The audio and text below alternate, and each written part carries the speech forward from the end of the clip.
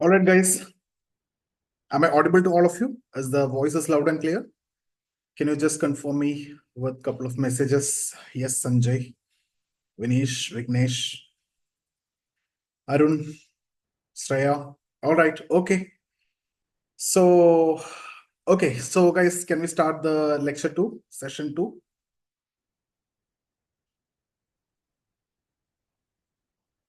Who want to do a recap of the last session? But I think that we can do towards the end. That will be better. We have just given the overview of the interview. So let's complete this discussion. We'll be taking 20 to 30 minutes. And then, as usual, we will have a Q&A, and then we'll try to do a role play also, if possible, today. Okay. So what we can do today, we will be trying to see the a process, and we'll try to understand the process. I'll also try to discuss a couple of personal experience also here. Okay. So welcome back, guys. We'll be getting started with the second lecture, and today we are basically going to discuss one of the most crucial aspect of your interview preparation, that is understanding the expectations of the interview board. So I told you there are certain expectations from a candidate. It's not only about your knowledge, it's not only about what you answer, right?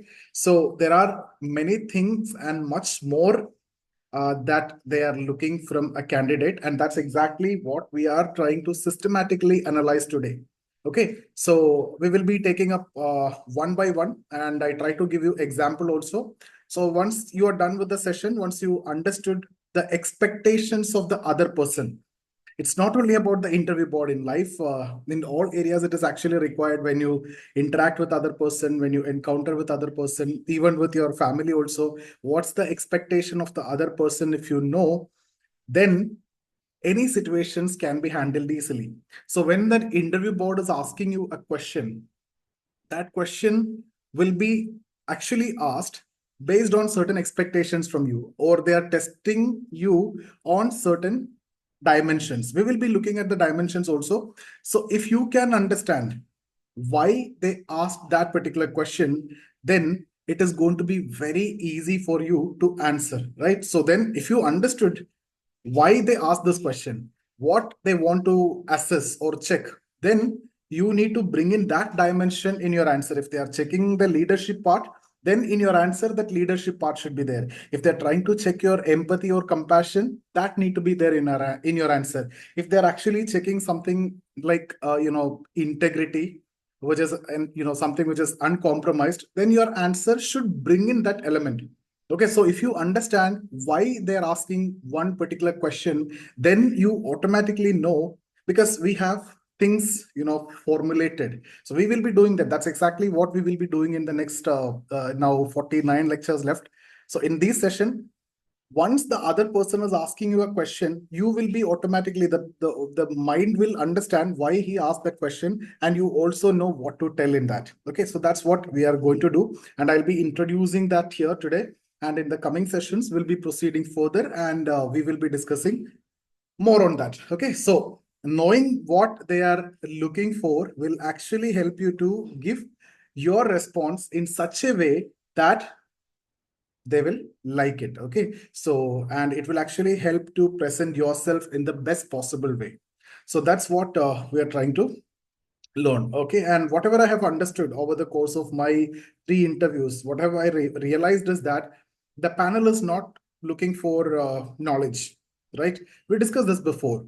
They are looking for many things else, many other things also, that also we discussed, and in the coming sessions also we will be keep on discussing. See, I want to change your perspective in all the dimensions. You, now onwards, you should be, you're preparing for the interview, so your thinking and the thought process and everything should align to that. So any question they are you're facing, you should be in a position to think in these dimensions that we are going to discuss. So you are going to give the best version of yourself in that 20 to 30 minutes.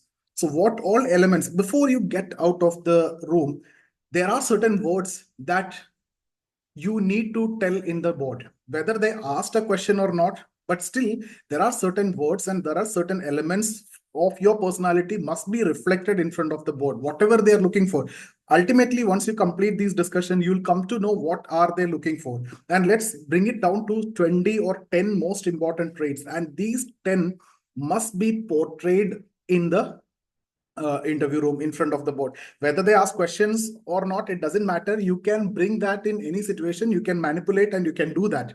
Without that, you are not going to come out of the room. Okay, so that's how we need to do. So whatever I have understood in my 3 interviews is what I'm discussing, and I'm telling you, be an average person. You don't want to be an extraordinary, but we can still manipulate, and we once you understood what they're looking for, deliver that and come out of the room. Then you can, no one can stop you. You will definitely get very good mark also, and you will get very good rank also. So they are actually looking for a well-rounded individual with a combination of qualities that make them suitable for the public service. What are they? Clarity of thought is very important. Okay, your ethical standards are very important. Integrity is important. Empathy, compassion is important. Leadership qualities is important.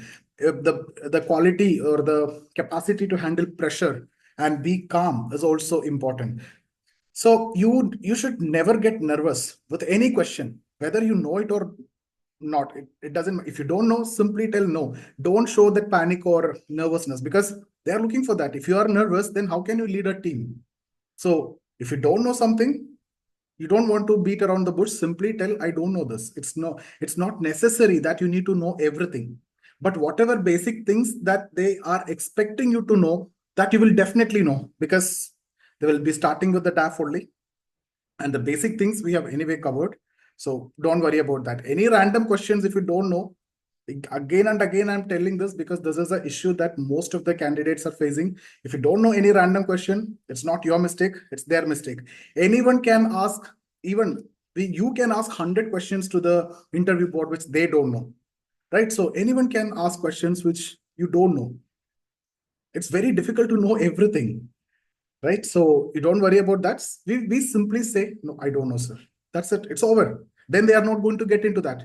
Even if they're trying to provoke you, at least something, no, sir, I don't know. I'm not, I have not read about that. I have very limited knowledge about that. Like that, you can say, if you know something, I have only very limited knowledge to this extent. Don't try to take that to the next level if you don't know. If you know something very well, then try to take that discussion to the next level. If you don't know, tell them that to this limited extent that I know, this is what it is. Or try to say simply, I don't know, sir. The matter is closed. If you are saying something that you don't know, then there is no point in, talking about the same thing. They also won't do that. Okay. So that's what I want to discuss.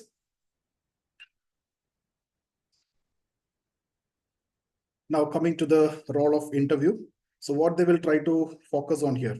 See, when it comes to UPSC interview, which is about selecting candidates who have potential to serve as effective civil servants, and very limited number of people are going to handle the entire country. So that the kind of qualities that they are looking for. So our topic of discussion is the same, right?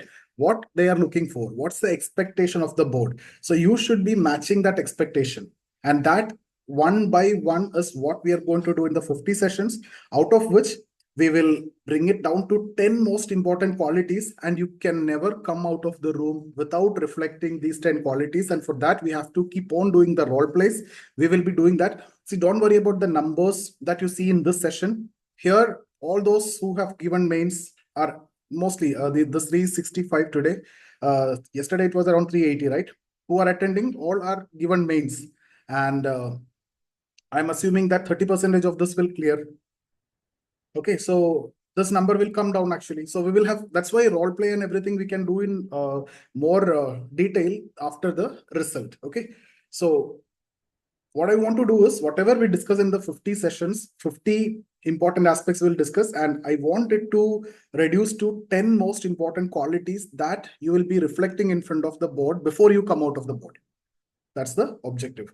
Irrespective of whatever questions they are asking, even if they are asking math question to you, your background may be sociology, and even if they're asking science questions, still I'll make you in such a way that you will be delivering these 10 qualities in front of them. Okay, we need to, if they are doing that, we need to manipulate it, of course. Okay, so it's not just about answering questions correctly. Again, I'm telling you, but it's about showcasing the qualities that reflect your suitability for this service and your suitability to this public service. Okay, so the board is assessing how you think, how you make decision, and how you handle the pressure. All these are important. The thought process, okay, and how you answer questions, how you maintain that calmness under pressure. They will be trying to give you situation questions. Okay, they'll try to put you in pressure also, and all we will be handling. Okay, so even during my interview also, whatever I have realized is that the panel often use open-ended question. When they're asking open-ended question, they start with a question and they can keep on going from that. So one open-ended question means they can get everything out of you. Okay, so chances are very less that they ask you factual questions. It has been tested, and there is nothing that they are going to get from you with a factual question. It is either yes or no. Either you will tell the answer or you won't say the answer. You will say, I don't know, sir. There is nothing. There is nothing that they get from that. So mostly it is going to be open-ended. Start with a question, go further to different perspective. They take it to different perspective. They take it to gender side. They take it to rural urban side. Okay, and in legal side, and everything will be taken care, and try to analyze you in all these dimension. And maybe the next member also continue with the same or related to that. The chances are very less the next member will continue with the same. The next member will try to get another one. Mostly that will be the case, but there is a possibility that the next member also can continue if the discussions are interesting. Otherwise, no. If the discussion is not that good and it will be closed with the first person, they don't want to make you discomfortable. Okay, so one member, and they will give you another opportunity to prove yourself. I hope this is again very clear. So again, you don't want to worry if you are not good with the questions of one member. You're getting another opportunity. That next member, if you felt discomfortable or if the discussions were not that good, then once that is stopped, the next member will not get back to that. They will start with another one, and that is another opportunity for you. So what you need to do, you got another opportunity and try to capitalize that opportunity instead of thinking about the previous member questions or anything. Don't even try to bring back that in any of this discussion, because there's a second opportunity you're getting. Okay, so they will give you situation questions, okay, to see how you will react in real life scenarios. So we need to do a lot of practice for that. Today also, I'll give you one exercise regarding the same. I'll give you one assignment towards the end of the session. So practical cases, open-ended cases, scenario-based questions. You need to be in a position to, I'll give you a flow chart, right? Whatever we are going to do in the next session is, we are going to develop a flow chart, how the thought process will go in your mind and how you formulate the answer and how you will discuss the answer and what all words you will use in the answer. Each and every word that you use in your answer reflect your personality. And remember, it's a personality test. It's not your knowledge test. Okay, so we follow that SOP. There is a standard operating procedure for answering the question also, and we'll try to see that.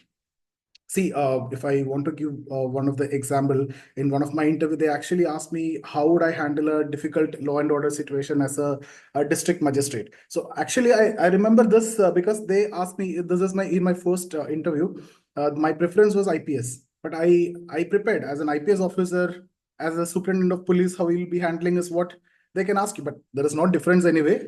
Here, that person might not have seen my preference. So you will be giving the preference. It's not necessary that they will look into the preference and they ask you. They will ask you by assuming that you might have given IS preference, or that is general. Okay, the questions can be general. As an administrator or as a district magistrate, how you will be handling this law and order situation. So this is a very easy question. But again, remember, for law and order situation, there are procedures and everything. You need to have an idea about that and discuss, but understand it's not all about the knowledge about that situation or the procedure that you're going to discuss. You're not talking about the procedure, how you are actually going to handle that. When you're sitting there and how you're handling them and how you are explaining that you're going to handle the situation. Remember, guys, it's not all about what is written in the book and you understood the procedure about maintaining law and order situation. No, that's the rules of giving orders, certain orders and everything. No, that's not the case. Okay, so the answer is not just about knowing the law. It's about demonstrating your judgment, your understanding of the situation, your empathy, and the ability to stay calm under pressure. There may be provocation, but still your ability to stay calm under pressure. All these are important. Okay. So now comes to the key traits that the board look for. This is the most important slide of today's discussion. What are the key traits or the qualities that the board is looking for? Clarity of thought, okay, emotional intelligence, how you handle emotions, how intelligently you handle emotions, guys. This integrity, all these you have studied in ethics paper. Here it is a practical application. In ethics paper you're writing, nobody is going to counter, nobody is going to ask you question upon that. There are a lot of ethical dilemmas even when it comes to applying ethics and all these principles. There are ethical dilemmas, but in actual ethics paper no one is going to counter. You can write anything ethically, anything, and you can convince that person, but here there will be counter questions which is related to the dilemmas, and that we need to focus and that we need to prepare. So the communication skills we need to see, again, balance of judgment, the perspectives that you use. Okay, so let's start understanding the what do you mean by clarity of thought. See, the question is, can you articulate your ideas clearly and logically? They ask you a question.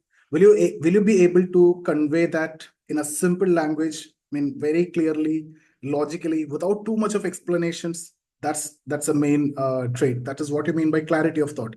And are you able to communicate complex ideas in simple, understandable way? Because you are going to deal normal human beings. Okay, so will you be able to convey your ideas, the concepts, in a simple way? So that's what ultimately clarity of thoughts. And in one of my interview, I was actually asked a fairly complex question about the economy, and I actually have very good knowledge in economy. You might have seen my lectures in economy. So even then, I used to teach economy at that point of time also. So even then, instead of driving into the jargons or throwing around random facts, I understood the demand of the question, and I was able to structure my thoughts in very simple way, and I presented it in a very, very simple way. But I got very good response from them. And here, in fact, the teaching experience actually helped me. I used to teach at that point of time also, so that really helped me, and even the panel appreciated also. So that was actually a very complex economy related question, and I gave a very clear, well structured answer for that. So that is an advantage when you are able to make. See, guys, always remember this: simple things work. Never try to make it complex. It's not people think that if you try to make something complex, the other person think that you are more intelligent. No, the other person will think that he's a fool, he's not able to convey things. That's how it is taken. This can be understood and discussed in a very simple way, and why this guy is making it very complex. That's how people think. If you have real knowledge, you don't want to use complex jargons or anything to explain that. If you have the knowledge, you will be able to convey things in a easiest way, simple way, right? Give me a moment, guys. Let me, don't know why this ad is coming. Yeah, let's complete it.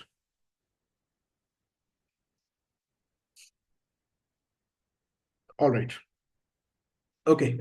So next is emotional intelligence. The theoretical parts and everything you have already covered in your ethics paper. So the question is about how do you handle stress or pressure? Okay. So can you handle the emotions with intelligence, right? So can you understand and empathize with others, especially in the challenging situations? As an administrator, you will be facing a lot of tough, challenging situation. Will you not? See, you can control anything. You have that power, you have the force and everything. It's not about that use of power and controlling things. It's all about understanding others' position, sympathize and empathize with others, and being compassionate. Okay, using force and control. When you're becoming an officer, it is obvious that you'll be getting the force, and with that you can control any situation, but that's not what required actually. Okay, so Again, in one of my interview, the panel asked me how I would handle these, tension between two communities in a district. Imagine you are from this state, and they have mentioned about Tamil Nadu. They asked me about, this community. Yes, I said I know this community because it's a neighboring state. So how will you, if you are posted in Tamil Nadu, because your second cadre preference after Kerala, it is Tamil Nadu, and Tamil Nadu they are facing. In fact, I got Tamil Nadu cadre later. So. They asked me, yeah, these two communities, they have always issue, especially in that southern part of Tamil Nadu. And they asked me how you're going to handle the situation. So again, you need to be compassionate, and you show that elements of empathy, compassion in this kind of situations. Okay, so understand, they are not looking for your response in terms of law and order rules. Okay, they are testing, they're actually testing my ability to empathize with both the sides and come up with a balanced situation. So if you can empathize with with this two communities, and then you can be a mediator and you can bring down the solutions at least temporarily. Okay, and in future it can be permanent. So immediate problem can be solved if you can empathize, if you can understand the situation, and that's how things work. So I hope that is very clear. So these are the things I repeat again. You need to have the clarity of thoughts in each and every statement that you make. Emotional intelligence, understanding emotions of others, and controlling or intelligently managing your emotions, and all these are very important. Next is something which is non-negotiable, uncompromisable. That is integrity. Okay, absolute integrity. That is what, whether you have it or not, that's a different question. And whether you follow that in future or not, that's again a different question. That depends. But when you are in that board, with the board in that 30 minutes, absolute integrity, 100% integrity. And that's what I'm going to make sure that you will be having. And each one of you will have 5 one-to-one session with me. And in these 5 one-to-one session with me, I will be in a position to understand who you are and where need to be changed, what all words need to be changed. And you should, whether you are having that or not is a different question. Again, I'm telling you this, that's something I don't care whether you are this or that. It's up to you. That is completely personal. But in that 30 minutes, who you are and how you demonstrate yourself, how you present yourself is what I'm concerned about. So we will make sure that you'll be doing that. Absolute integrity, uncompromisable, non-compromise, okay, non-negotiable in this case. Leave everything aside. This is what the key point. So the board will assess whether you can uphold the higher levels of ethical standards, which is expected from a civil servant. Not simply ethical standard, higher levels of ethical standard. Not just integrity, 100% absolute integrity. Okay, guys, this can be manipulated. This can be, shown easily. Okay, don't worry about that. Again, if I want to give an example, in one of my interview, they asked how I would handle a situation where a subordinate was caught in a corruption scandal. Okay, and in my response, I focused on the importance of transparency and the need to maintain ethical conduct, even when when you're dealing with close colleague. Why I was able to, I'll tell you one thing. Why I was able to answer like that I answered it in a better way. The reason is, my roommate, his name is Anil. He's an IRS officer now. So he cracked this exam before me, previous year. Okay, before I crack, he cracked the exam. So during our discussion, we were expecting that he will get IPS. His rank was around 284. So during our one of the discussion, I asked him, Anil, in case if I get caught with when I'm riding the bike without helmet or without license, they'll ask me for fine. So at that time, I'll call you. So you'll be supporting me, right? This is what I have asked him. He openly and clearly told me, Safir, I'm your friend and you are my best friend. But this situation, this won't, I can't tolerate this. I will never support this because I want you to be a good human being. If I do this one time, you repeat the same again and again and again, and that will eventually affect you. I may not be there all the time for you, and it will not help you. So even if I am willing to pay the fine for you, but still I won't do this. This is what he told. So That means he's not supporting that. Being a best friend, so it's a very simple thing that you may not have the helmet and 100 rupee fine will be there at that point of time. And I'm trying to call this person. So he clearly and openly said, I cannot support this kind of things. Though you are my best friend, I am willing to pay your fine, but you pay the fine so that next time you won't do it. Okay, so that's what he said, and that's exactly what actually helped me. I still remember when they asked this question, your subordinate is got corrupt in a corruption scandal. So how you'll manage this actually. So what my point is, in real life, you might have come across a lot of such situations. You can apply that. Okay, you can always apply that if it is good example. Guys, I'll give you a lot of examples, hundreds of examples for each situation, and that examples you can use as your own, or you will be using that as a base of your answer. I'll give you hundreds of examples. We are going to 50 sessions, and in 50 sessions, you come across a lot of situations from my personal interview, from my friend's personal interview. So different scenarios you will be seeing.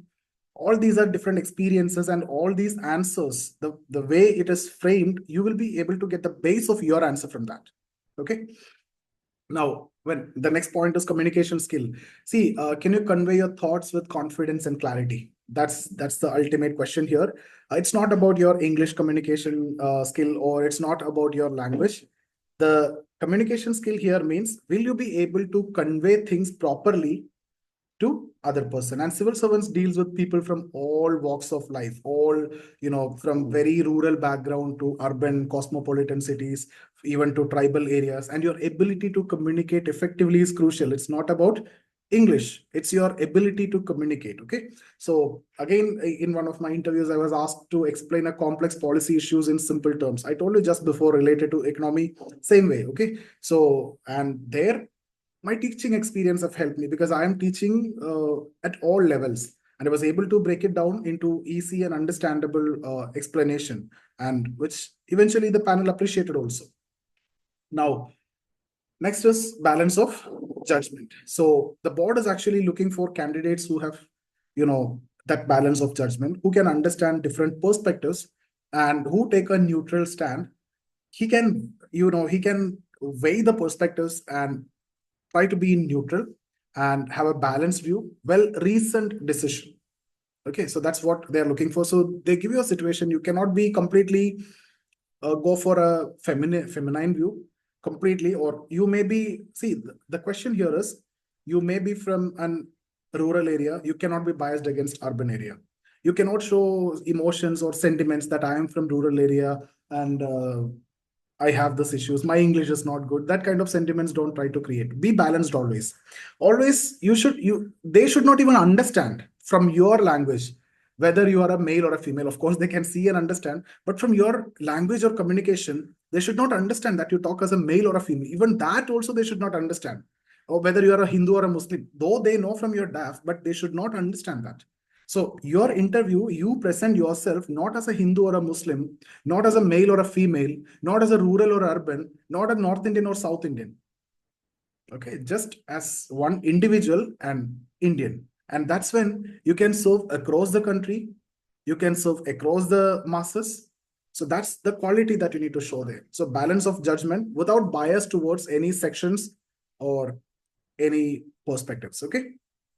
And they give you a lot of hypothetical situation to see how you handle them. They may ask you questions about domestic violence. So being a female, you try to support too much the females and always blame the male. That won't work. Okay, alcoholism, all these. So you need to have a very, very balanced view.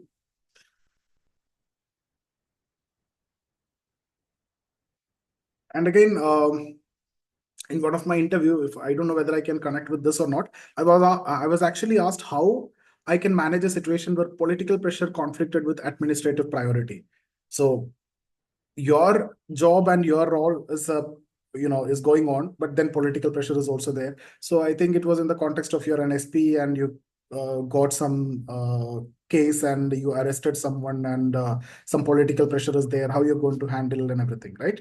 So it was clear about the question. I was very clear about the question, and you need to understand what they're looking for is balance of judgment.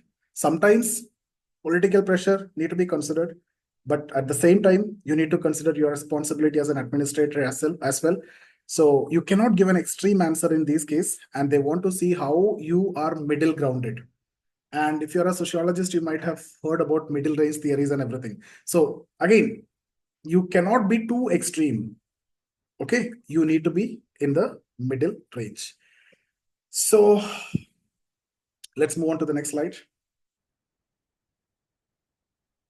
Yeah, it's beyond knowledge. That you might have already understood that whatever I want to convey is the same only. The interviews beyond, it's much more than your knowledge, right? So this is one thing you must remember, that the interview is not just about your knowledge. Everyone who are going there have enough and more knowledge. There is no question about knowledge. It's about application. It's about the sense that you have. It's about the responsibility that you have. It's about the clarity of thought. It's about the absolute integrity you have. Okay, so all these are what they're looking for, and you can't approach like you would have done in the written exam. So there, factual recall is very critical. If you have good knowledge, then you just write it. Even the question about ethics also, I told you, if you know the definition of integrity, then it's done. You mug it up to examples, then it's over. But that's not the case when you're sitting with 5 experts and they are there to ask you a counter question. So you might have answered it well with your knowledge, but there may be a situation in that case itself where ethical dilemmas will come. So how you'll handle is very, very important. So during one of my interviews, I was actually asked about a question about public health that I was not much prepared for. Satisfactorily, I was not prepared, but still, instead of panicking, I focused on how would I approach the issue logically. I outlined the plan for gathering information, consulting experts, and making data-driven decisions. And I even told that in this case, this is what the best I can do, because I don't have much knowledge in the public health or medical aspect. So in this context, these are things that I can do, but I need definitely the help of experts like doctors and other who have done the research in this areas like that. And the board will see, ultimately, this is what they will appreciate, because you are not an expert in that. You cannot do anything in that. You can only coordinate. Okay, so if you can, you can outline the plan, you can gather the information, you consult the expert. This is the keyword there. You are telling that I don't know, I'm not an expert. I want the help of the expert here. No one expect you to be an expert in everything, right? You cannot be. And being an engineer, how can I have a very good idea about the public health? I don't have. Just because I have prepared for civil service doesn't mean that I know everything. I have the basic knowledge. That's what I mentioned just before, that I have not prepared satisfactorily. Okay, so see, the board is not looking for right answer. They want to see if I can think critically and structure a response. And here I structured the response. If you see whatever I told you, it's a structured response. That's what is required, because you don't want to be an expert. There are experts who are going to deal with this. Okay, so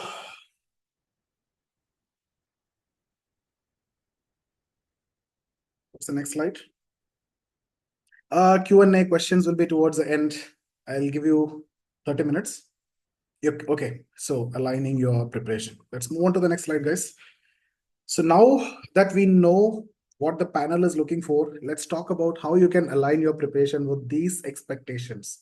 So first thing, focus on clarity. That's very important. So what we need to do, I told you we have 5 personal session, one-to-one session. There I'll try to build with each of you, and then we will have mock interviews also. So don't worry. In your mock interviews, practice structuring your thoughts before answering. Always. You take time, no problem. Even if you take 30 seconds before you answer a question, it's not that suddenly you answer. Take time, that's always better. 30 seconds you take, structure your answer, and recollect your ideas, and don't rush. Okay, if you take 30 seconds, you get more ideas, and present it in a structured way so that it is going to be more effective. That's one thing that you need to do. Practice that in every mock interview. You're not only going to take mock interview with me, with many you will be taking, right? So you do that. Then practice emotional intelligence. So what you need to do, engage in discussions where you have to consider very, very different viewpoints. And especially when it comes to sensitive or controversial, topics.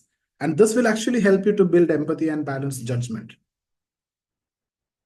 Okay, so take part in discussions, debates with your friends also.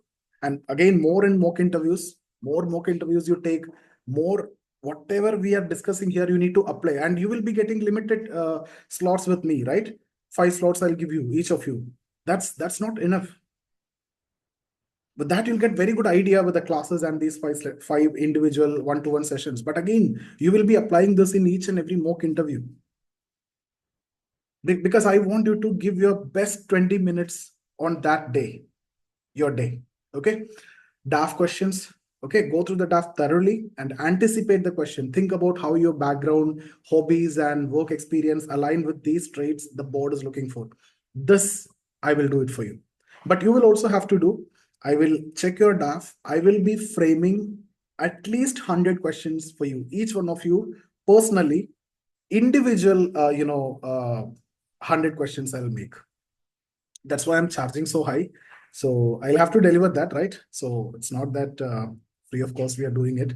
So don't worry. Now, again, what is the next? Yeah, situational responses. Mock situational responses. So what you need to do, practice answering situational questions, hypothetical questions, open-ended questions. Always try to outline the steps that you will take. Focus on empathy, practicality, because they are asking you situational questions. Don't talk theoretical here. Empathy should be there because many sections are involved. Practicality is the key here, and ethical consideration. Okay. For example, even if you're talking about flood situation, you also have to mention about the animals, rescue of animals. There is an ethics involved in that. We will be discussing all these situations later. So what next? Handling unexpected question. I've come across unexpected questions, but not much, less only because when you're prepared with the DAF and if you can guide the interviewer through the DAF, then it's not a big deal. Okay.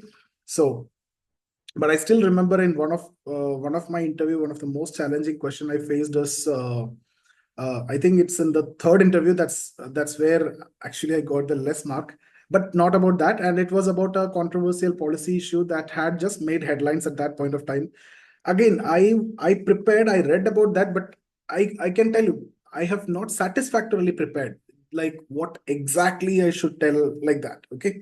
So again, you may become nervous because that's something which is making the headlines and they might be expecting you to prepare very well. But I was not satisfactorily prepared, but I handled that situation. I quickly again reminded myself that the board is not looking for a perfect answer. They want to see how I, think through the problem and I respond to them.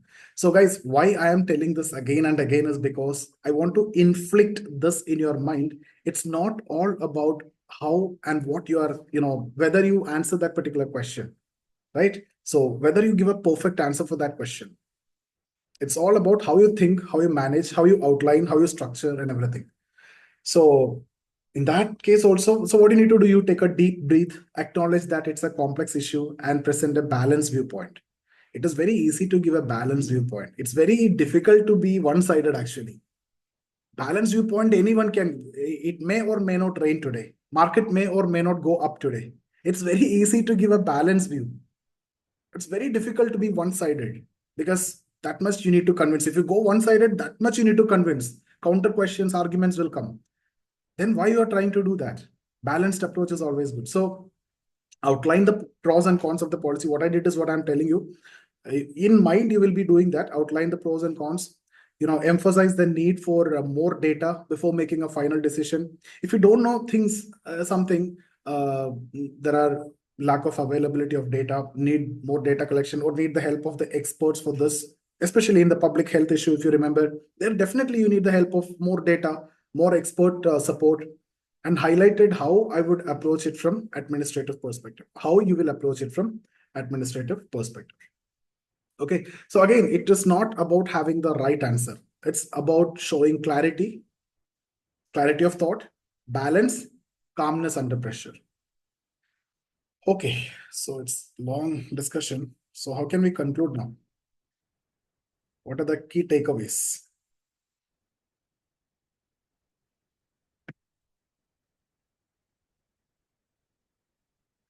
See, guys, now you understood the expectation of the interview board.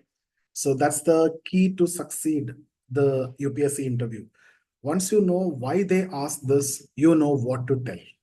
That's what I wanted to discuss in this session. So it's not just about answering the question, it's about showcasing clarity of thought, emotional intelligence, integrity, communication skill. Again and again, I'm repeating so that it will be printed in your mind. And again.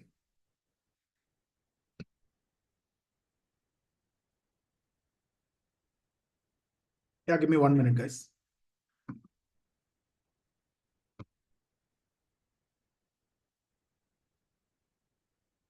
Okay, so it's about reflecting all these elements. So before you come out of the board, out of that room, you should reflect yourself in front of the board in these dimensions.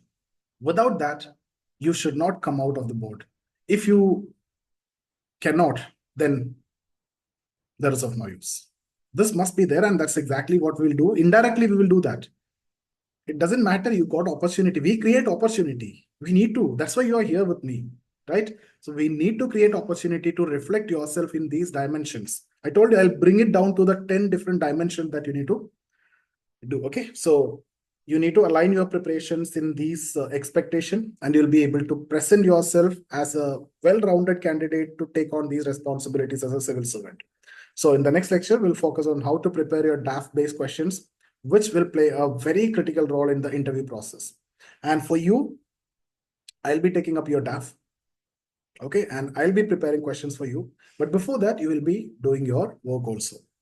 100 questions from each DAF I'll do personally. Okay, and we will discuss these 100 questions also one-to-one. 20 questions a day, 5 one-to-one sessions will be there. That's what actually the plan.